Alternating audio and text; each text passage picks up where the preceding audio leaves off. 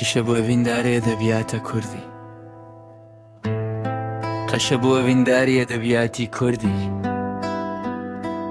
دکتۆماس بۆیس قەشە و زانیایەکی فەرەنسی زۆر بەڕێز بوو. ئێو دیساڵێن 1930 ئەندات ڕۆژ لاتە ناوین و لەوێر کورد نەسگرن. هەو لە ساڵانی 1930 دەهاتە ڕۆژ هەڵاتی ناوەڕاست و لەوێ کوردانی ناسی. تۆماس بۆیس بسەلان لە سەردین جڤاکوە دەبیاتە کوردی لێکۆلین کرد.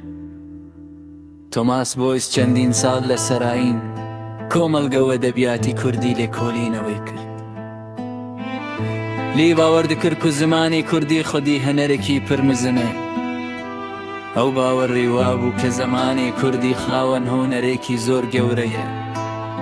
پرتوکاوی کورد لە ئەڤروپایە بوو چافکانیە هەری گرینگە کورد ناسیە. کتێبەکەی بە ناوی کورد لە ئەوروپا بوو بە گرنگترین سەرچاوەی کورد ناسی.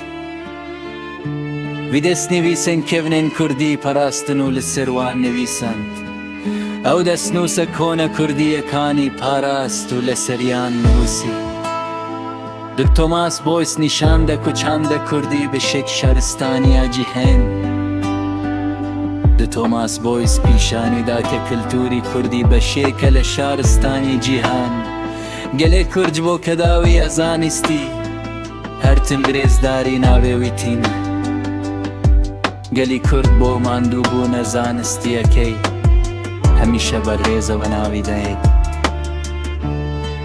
چیرۆکەوی نیشان دەدە کو زانستکارە دڵداریە مرۆڤان خوڕبێکە.